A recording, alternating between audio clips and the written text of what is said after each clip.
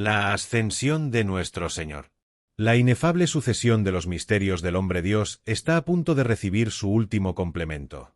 Pero el gozo de la tierra ha subido hasta los cielos.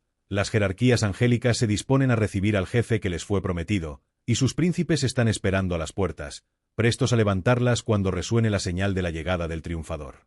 Las almas santas, liberadas del limbo hace 40 días, aguardan el dichoso momento en que el camino del cielo, cerrado por el pecado, se abra para que puedan entrar ellas en pos de su Redentor. La hora apremia. Es tiempo que el divino resucitado se muestre y reciba los adioses de los que le esperan hora por hora y a quienes él dejará aún en este valle de lágrimas. En el cenáculo. Súbitamente aparece en medio del cenáculo. El corazón de María ha saltado de gozo. Los discípulos y las santas mujeres adoran con ternura al que se muestra aquí abajo por última vez. Jesús se digna tomar asiento en la mesa con ellos. Condesciende hasta tomar parte aún en una cena, pero ya no con el fin de asegurarle su resurrección, pues sabe que no dudan, sino que en el momento de ir a sentarse a la diestra del Padre, quiere darles esta prueba tan querida de su divina familiaridad. Oh cena inefable, en que María goza por última vez en este mundo del encanto de sentarse al lado de su Hijo, en que la Iglesia representada por los discípulos y por las santas mujeres está aún presidida visiblemente por su jefe y su esposo. ¿Quién podría expresar el respeto, el recogimiento, la atención de los comensales y describir sus miradas fijas con tanto amor sobre el Maestro tan amado? Anhelan oír una vez más su palabra. Les será tan grata en estos momentos de despedida. Por fin Jesús comienza a hablar, pero su acento es más grave que tierno. Comienza echándoles en cara la incredulidad con que acogieron la noticia de su resurrección. En el momento de confiarles la más imponente misión que haya sido transmitida a los hombres, quiere invitarles a la humildad. Dentro de pocos días serán los oráculos del mundo. El mundo creerá sus palabras y creerá lo que él no ha visto, lo que solo ellos han visto. La fe pone a los hombres en relación con Dios, y esta fe no la han tenido, desde el principio, ellos mismos. Jesús quiere recibir de ellos la última reparación por su incredulidad pasada, a fin de establecer su apostolado sobre la humildad. La evangelización del mundo. Tomando enseguida el tono de autoridad que al solo conviene, les dice: Id al mundo entero, predicad el Evangelio a toda criatura. El que crea y se bautice, se salvará, el que no crea, se condenará. Y esta misión de predicar el Evangelio en el mundo entero, ¿cómo la cumplirán? ¿Por qué medio tratarán de acreditar su palabra? Jesús se lo indica. He aquí los milagros que acompañarán a los que creyeren: arrojarán los demonios en mi nombre, hablarán nuevas lenguas, tomarán las serpientes con la mano, si bebieren algún veneno, no les dañará, impondrán sus manos sobre los enfermos, y los enfermos sanarán. Quiere que el milagro sea el fundamento de su Iglesia como él mismo lo escogió para que fuese el argumento de su misión divina. La suspensión de las leyes de la naturaleza anuncia a los hombres que el autor de la naturaleza va a hablar. A ellos solo les toca entonces escuchar y someterse humildemente. He aquí pues a estos hombres desconocidos del mundo, desprovistos de todo medio humano, investidos de la misión de conquistar la tierra y de hacer reinar en ella a Jesucristo. El mundo ignora hasta su existencia. Sobre su trono, Tiberio, que vive entre el pavor de las conjuraciones, no sospecha en absoluto esta expedición de un nuevo género que va a abrirse y llegará a conquistar al Imperio romano. Pero a estos guerreros les hace falta una armadura, y una armadura de tempel celestial. Jesús les anuncia que están para recibirla. Quedaos en la ciudad, les dice, hasta que hayáis sido revestidos del poder de lo alto. ¿Cuál es, pues, esta armadura? Jesús se lo va a explicar. Les recuerda la promesa del Padre. Esta promesa, dice, que habéis oído de mi boca. Juan ha bautizado en agua, pero vosotros, dentro de pocos días, seréis bautizados en el Espíritu Santo. Hacia el monte de los olivos. Pero la hora de la separación ha llegado. Jesús se levanta y todos los asistentes se disponen a seguir sus pasos. 120 personas se encontraban reunidas allí con la madre del triunfador que el cielo reclamaba. El cenáculo estaba situado sobre el monte Sión, una de las colinas que cerraba el cerco de Jerusalén. El cortejo atraviesa una parte de la ciudad, dirigiéndose hacia la puerta oriental que se abre sobre el valle de Josafat. Es la última vez que Jesús recorre las calles de la ciudad réproba. Invisible en adelante a los ojos de este pueblo que ha renegado de él, avanza al frente de los suyos, como en otro tiempo la columna luminosa que dirigió los pasos del pueblo israelita. Qué bella e imponente es esta marcha de María, de los discípulos y de las santas mujeres, en pos de Jesús que no debe detenerse más que en el cielo, a la diestra del Padre. La piedad de la Edad Media la celebraba en otro tiempo por una solemne procesión que precedía a la misa de este gran día. Dichosos siglos, en que los cristianos deseaban seguir cada uno de los pasos del Redentor y no sabían contentarse, como nosotros, de algunas vagas nociones que no pueden engendrar más que una piedad vaga como ellas. La alegría de María. Se pensaba también entonces en los sentimientos que debieron ocupar el corazón de María durante los últimos instantes que gozó de la presencia de su Hijo. Se preguntaba qué era lo que más pesaba en su corazón maternal, si la tristeza de no ver más a Jesús, o la dicha de sentir que iba por fin a entrar en la gloria que le era debida. La respuesta venía al punto al pensamiento de esos verdaderos cristianos, y nosotros también, nos la damos a nosotros mismos. ¿No había dicho Jesús a sus discípulos: si me amaseis, os alegraríais de que fuese a mi Padre? Ahora bien, ¿quién amó más a Jesús que María? El corazón de la madre estaba pues alegre en el momento de este inefable adiós. María no podía pensar en sí misma, cuando se trataba del triunfo debido a su Hijo y a su Dios. Después de las escenas del Calvario, ¿podía ella aspirar a otra cosa que a ver al fin glorificado al que ella conocía por el soberano Señor de todas las cosas, al que ella había visto tan pocos días antes, negado, blasfemado, expirando en medio de los dolores más atroces? El cortejo ha atravesado el valle de Josafat y ha pasado el torrente del Cedrón. Se dirige por la pendiente del Monte de los Olivos. ¿Qué recuerdos vienen a la memoria? Este torrente, del que el Mesías había bebido el agua fangosa en sus humillaciones, se ha convertido hoy para él en el camino de la gloria. Así lo había anunciado David.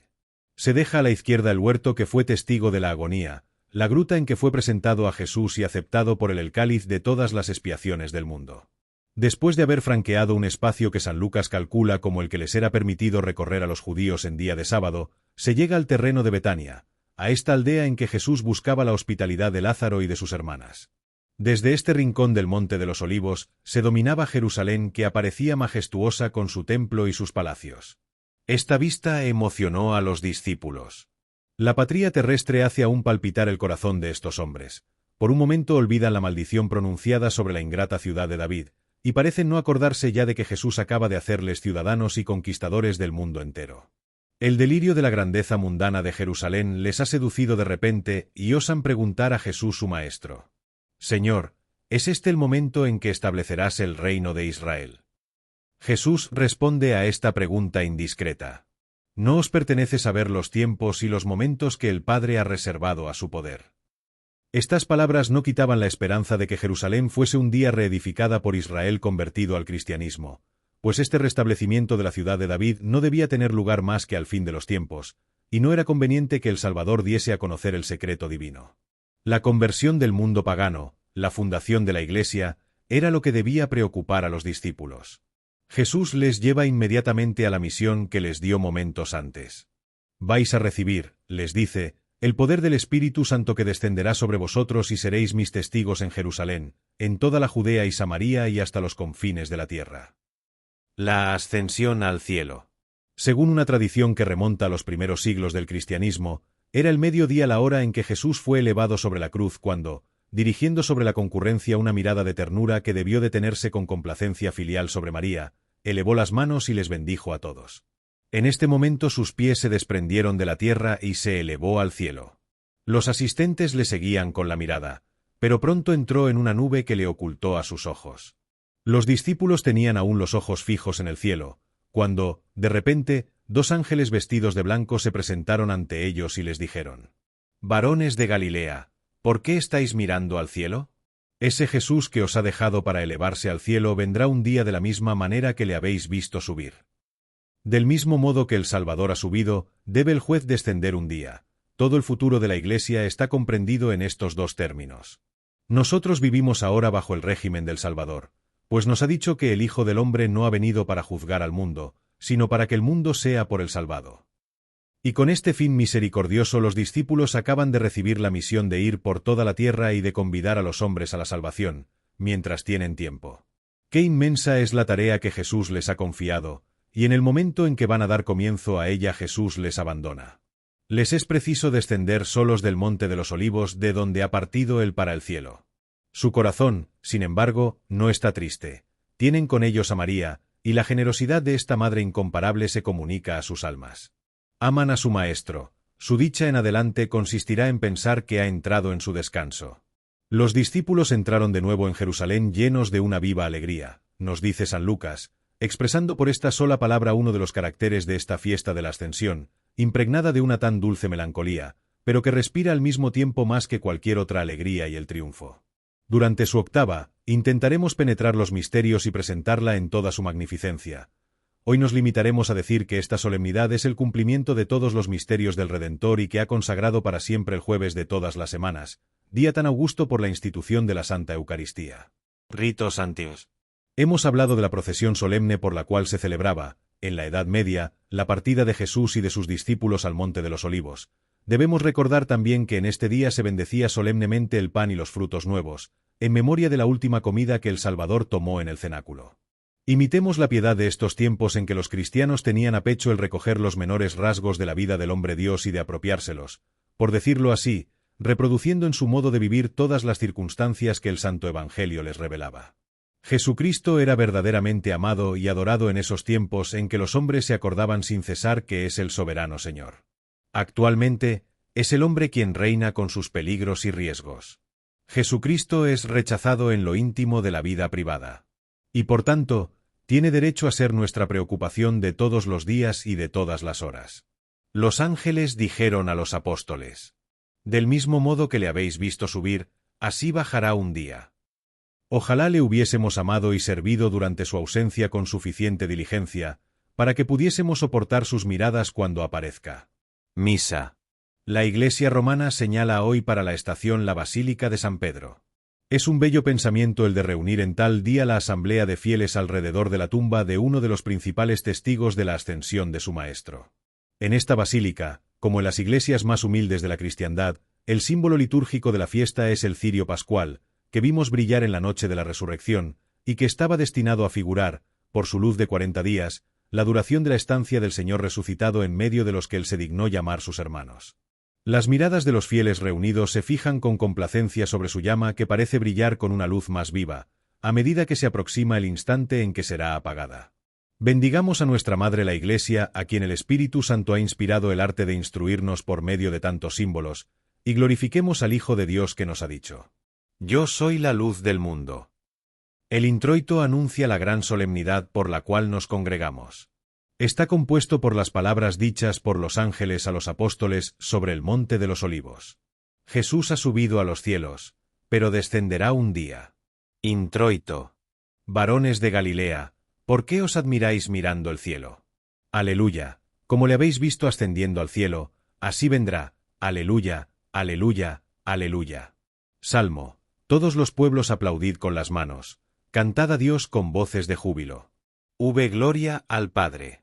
La Iglesia, recogiendo las súplicas de sus hijos en la colecta, pide para ellos a Dios la gracia de tener sus corazones unidos al Divino Redentor, a quien deben buscar en adelante, en el cielo, donde ha subido el primero. Colecta. Suplicámoste, oh Dios omnipotente, hagas que, los que creemos que tu unigénito, nuestro Redentor, ascendió hoy a los cielos, habitemos también con nuestra mente en los cielos. Por nuestro Señor Jesucristo tu Hijo, que vive y reina contigo en la unidad del Espíritu Santo y es Dios por los siglos de los siglos. Amén. Epístola. Lección de los Hechos de los Apóstoles. El primer tratado que he hecho, oh Teófilo, habla de todo lo que comenzó a obrar y enseñar Jesús, hasta el día en que, instruyendo por el Espíritu Santo los apóstoles que escogió, fue arrebatado, a los cuales se presentó él mismo vivo después de su pasión con muchas pruebas, apareciéndose a ellos durante 40 días y hablándoles del reino de Dios. Y, comiendo con ellos, les ordenó que no se marcharan de Jerusalén, sino que esperaran la promesa del Padre, la que habéis oído, dijo, de mi boca. Porque Juan bautizó ciertamente con agua, pero vosotros seréis bautizados con el Espíritu Santo no muchos días después de estos. Entonces los que se habían reunido, le preguntaron, diciendo: Señor, ¿restaurarás el reino de Dios en este tiempo? Y les dijo: No toca a vosotros saber los tiempos o el momento que el Padre ha puesto en su potestad, pero recibiréis la virtud del Espíritu Santo, que vendrá sobre vosotros y seréis mis testigos en Jerusalén y en toda Judea, y en Samaria y hasta el fin de la tierra. Y habiendo dicho esto, viéndole ellos, se elevó, y una nube lo arrebató de sus ojos. Y, estando mirando como él se iba al cielo, he aquí que 2 varones se pusieron a su lado, con vestidos blancos y les dijeron: Varones Galileos, ¿por qué estáis mirando al cielo? Ese Jesús, que se ha elevado de vosotros al cielo, así vendrá, como le habéis visto ir al cielo. Jesús sube al cielo. Acabamos de asistir, siguiendo este relato, a la partida del Emmanuel a los cielos. ¿Hay algo más tierno que la mirada de los discípulos fija sobre su Maestro que se eleva al cielo bendiciéndoles? Pero una nube viene a interponerse entre Jesús y ellos, y sus ojos impregnados de lágrimas han perdido la huella de su paso. Están solos ya en el monte. Jesús les ha ocultado su presencia visible. Cuán pesada les sería la estancia en este mundo, si su gracia no les sostuviese, si el Espíritu Divino no estuviese a punto de bajar sobre ellos y de crear en ellos un nuevo ser. Solo en el cielo volverán a ver a quien, siendo Dios, se dignó ser su Maestro durante 3 años y que, en la última cena, quiso llamarle sus amigos. Pero no solo ellos lo lamentan. Esta tierra que recibía temblando de gozo la huella de los pasos del Hijo de Dios, no será ya pisada por sus sagrados pies. Ha perdido esta gloria que esperó tanto tiempo, la gloria de servir de habitación a su autor. Las naciones esperan un libertador, pero, fuera de Judea y Galilea, los hombres ignoran que ha venido el libertador y ha subido a los cielos. La obra de Jesús no se ceñirá a estas regiones. El género humano conocerá que ha venido, y, en cuanto a su ascensión al cielo en ese día, escuchad la voz de la Iglesia que resuena en las 5 partes del mundo y proclama el triunfo del Emmanuel. 19 siglos han transcurrido desde su partida, y nuestra despedida llena de respeto y de amor se une a la que le dirigieron sus discípulos, cuando subía al cielo. También nosotros lloramos su ausencia, pero nos regocijamos de verle glorificado, coronado y sentado a la diestra de su Padre. Has entrado en tu reposo, Señor. Nosotros, a quienes redimiste y conquistaste, te adoramos en tu trono. Bendícenos, llévanos a ti, y dígnate hacer que tu última venida sea nuestra esperanza y no nuestro temor. Los últimos versículos del Aleluya repiten los acentos de David cuando ensalzaba de antemano a Cristo que sube en su gloria, las aclamaciones de los ángeles, los ruidosos sonidos de las trompetas celestiales, el magnífico trofeo que el vencedor arrastra tras de sí en esos dichosos cánticos que ha extraído del limbo. Aleluya. Aleluya. Aleluya. Ascendió Dios con júbilo, y el Señor con clamor de trompeta. Aleluya. El Señor, como en el Sinaí, así está en el santuario, subiendo a lo alto, llevó cautiva a la cautividad. Aleluya. Evangelio. Continuación del Santo Evangelio según San Marcos. En aquel tiempo, estando los 11 discípulos sentados a la mesa, se apareció a ellos Jesús, y les reprochó su incredulidad y su dureza de corazón, porque no creyeron a los que le habían visto resucitado. Y díjoles: Yendo por todo el mundo, predicad el Evangelio a toda criatura.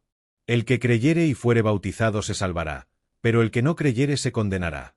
Y a los que creyeren les seguirán estas señales: en mi nombre lanzarán los demonios, hablarán lenguas nuevas, quitarán las serpientes, y si bebieren algo mortífero, no les hará daño, pondrán las manos sobre los enfermos y sanarán. Y el Señor Jesús, después que les habló, fue arrebatado al cielo, y está sentado a la diestra de Dios. Y ellos, partiendo, predicaron por doquier, cooperando con ellos el Señor, y confirmando la palabra con las señales que se sigan. Desear a Cristo.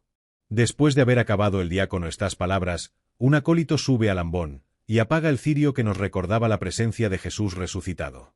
Este rito expresivo anuncia el comienzo de la viudez de la Iglesia y advierte a nuestras almas que para contemplar en lo sucesivo a nuestro Salvador, nos es preciso mirar al cielo donde Él reside.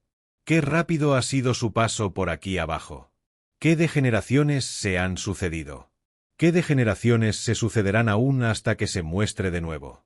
Lejos de Él, la Santa Iglesia siente las tristezas del destierro, sigue sin embargo habitando este valle de lágrimas, porque de la tierra ha de elevar al cielo a los hijos que la ha dado su esposo divino por medio de su Espíritu, pero le falta la vista de Jesús y si somos cristianos, también a nosotros nos debe faltar. Oh, cuando llegará el día en que revestidos de nuevo con nuestra carne, nos lancemos al cielo al encuentro del Señor, para morar con Él eternamente. Entonces, y solamente entonces, alcanzaremos el fin para el que fuimos creados. Todos los misterios del Verbo encarnado que hemos celebrado hasta aquí debían desembocar en la ascensión. Las gracias que recibimos día por día deben terminarse con la nuestra. Este mundo no es más que una sombra que pasa. Y estamos en camino para irnos a juntarnos con nuestro jefe. En Él está nuestra vida, nuestra felicidad, en vano trataremos de buscarla en otra parte. Todo lo que nos acerca a Jesús es bueno para nosotros, todo lo que nos aleja de Él es malo y funesto. El misterio de la ascensión es el último destello que Dios hace brillar ante nuestros ojos para mostrarnos el camino. Si nuestro corazón aspira a encontrar a Jesús, es que vive la verdadera vida. Si está apegado a las criaturas y no siente atracción de Jesús, imán celestial, es que está muerto. Levantemos, pues, los ojos como los discípulos y sigamos con el deseo a aquel que sube hoy para prepararnos un lugar. Y arriba los corazones. Sursum corda. Tal es el grito de despedida que nos envían nuestros hermanos que suben en pos del divino triunfador. Es el grito de los santos ángeles congregados ante el Emmanuel y que nos invitan a formar parte de sus filas. Para antífona del ofertorio, la Iglesia emplea las mismas palabras que para el primer Aleluya. Solo expresa un pensamiento: el triunfo de su esposo, la alegría del cielo en la cual quiere que tomen parte también los habitantes de la tierra. Ofertorio. Ascendió Dios en el júbilo, y el Señor al son de trompeta. Aleluya. Entrar en pos de Jesús en la vida eterna, evitar los obstáculos que pueden encontrarse en el camino, tales deben ser nuestros deseos en este día, tal es también la petición que la Iglesia formula en la oración secreta. Secreta. Recibe, Señor, los dones que te ofrecemos, por la gloriosa ascensión de tu Hijo, y concede propicio, que seamos libres de los peligros presentes, y lleguemos a la vida eterna. Por nuestro Señor Jesucristo tu Hijo, que vive y reina contigo en la unidad del Espíritu Santo y es Dios por los siglos de los siglos. Amén. Prefacio. Es verdaderamente digno y justo, equitativo y saludable que, siempre y en todo lugar, te demos gracias a ti, Señor Santo, Padre Omnipotente, Eterno Dios, por Cristo, nuestro Señor. El cual, después de su resurrección, se apareció claramente a todos sus discípulos, y viéndole ellos, se elevó al cielo, para hacernos a nosotros partícipes de su divinidad. Y, por tanto, con los ángeles y los arcángeles, con los tronos y las dominaciones, y con toda la milicia del ejército celeste, cantamos el himno de tu gloria, diciendo sin cesar: Santo, Santo, Santo, etc. Un nuevo versículo de David forma parte de la antífona de la comunión. El rey profeta anuncia en él, 1000 años antes, que el Emmanuel se elevaría a los cielos por el oriente. En efecto, del Monte de los Olivos situado al este de Jerusalén hemos visto hoy partir a Jesús para el reino de su Padre. Comunión. Cantad salmos al Señor, que asciende a lo más alto de los cielos, hacia el oriente. Aleluya. El pueblo fiel acaba de sellar su alianza con su divino jefe participando del augusto sacramento. La Iglesia pide a Dios que este misterio, que contiene a Jesús invisible en adelante, obre en nosotros lo que expresa al exterior. Poscomunión. Concédenos, te rogamos, oh Dios omnipotente y misericordioso, sentir el efecto invisible de los misterios visibles que acabamos de recibir. Por nuestro Señor Jesucristo tu Hijo, que vive y reina contigo en la unidad del Espíritu Santo y es Dios por los siglos de los siglos. Amén.